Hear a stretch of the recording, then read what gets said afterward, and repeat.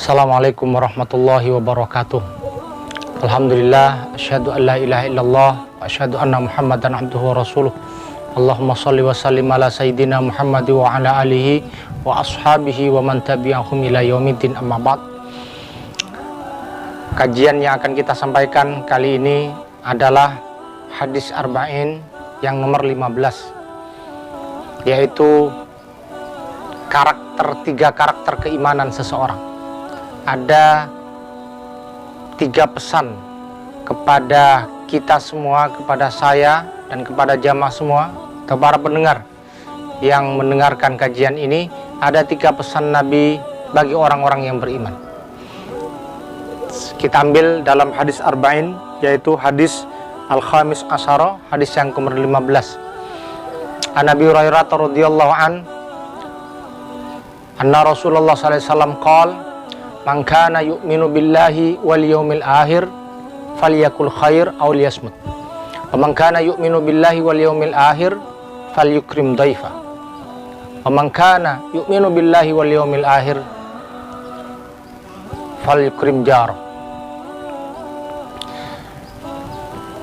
Apa kata Rasulullah sallallahu alaihi wasallam? Barang siapa di antara kita beriman kepada Allah dan hari akhir, Rasulullah SAW memberikan pesan, hendaklah yang keluar dari lisannya kebaikan. Kalau tidak bisa keluar dari lisan kita kebaikan, maka diamlah. Karena lisan ini terbanyak mengeluarkan kata di dalam satu hari ketika kita mulai bangun sampai mau tidur. Dengan sebab lisan inilah kebanyakan kemudian orang menjadi sebab kemudian bertengkar, menjadi sebab keluarga bercerai, menjadi sebab kemudian terputusnya silaturahim, bahkan menjadi sebab orang terbunuh gara-gara lisan kita. Oleh karena itu orang yang beriman tidak berbicara kecuali yang baik. Jadi sebaik-baik orang yang aku beriman, dia tidak keluar kecuali kalimat-kalimat kebaikan. Bahkan ketika dia mendengar sesuatu kemaksiatan, riba, apapun, dia diam dan menghindari tempat itu. Maka saksikanlah keimanannya dia baik. Yang kedua kata Rasulullah SAW, fal yukrim jaro, yaitu memuliakan tetangganya. Jadi tetangga itu sumber surga kita. Tetangga itu sumber kebahagiaan kita. Maka berbuat baiklah kepada dia. Maka ketika kita kaitkan dengan hadis lain, hakul muslim alal muslim situ au khamsun, bahkan salah satu hak muslim dengan yang lain ada 5. Dalam redaksi lain ada 6. Salah satunya ketika kita bertemu mengucapkan salam. Cuma salam kita sehari-hari ketika ketemu sama muslim adalah salam yang betul-betul kita jiwai maknanya, kita praktekkan maknanya. Kita ketemu saudara kita, assalamualaikum warahmatullahi wabarakatuh, waalaikumsalam. Maknanya adalah semoga keselamatan untukmu, dan dia juga mendoakan kita keselamatan dari lisan kita, ya, dari merusak kehormatannya, harga dirinya, keselamatan dari anggota badan kita, dan keselamatan dari menyelamatkan dari orang yang mau merusak. Itu praktik salam. Jangan sampai kita ketemu tetangga kita, saudara kita, assalamualaikum manis di bibir, doakan di bibir, tapi ketika kita meninggalkan saudara kita ikut menghancurkan nama baiknya, merusak nama baiknya. Mana salam? Jadi itu bukan salam yang diinginkan. Assalamualaikum, ketemu kita mendoakan kebaikan, tidak meninggalkan atau kemudian berpisah dengan saudara kita, kita mendoakannya dari jauh dan menjaganya.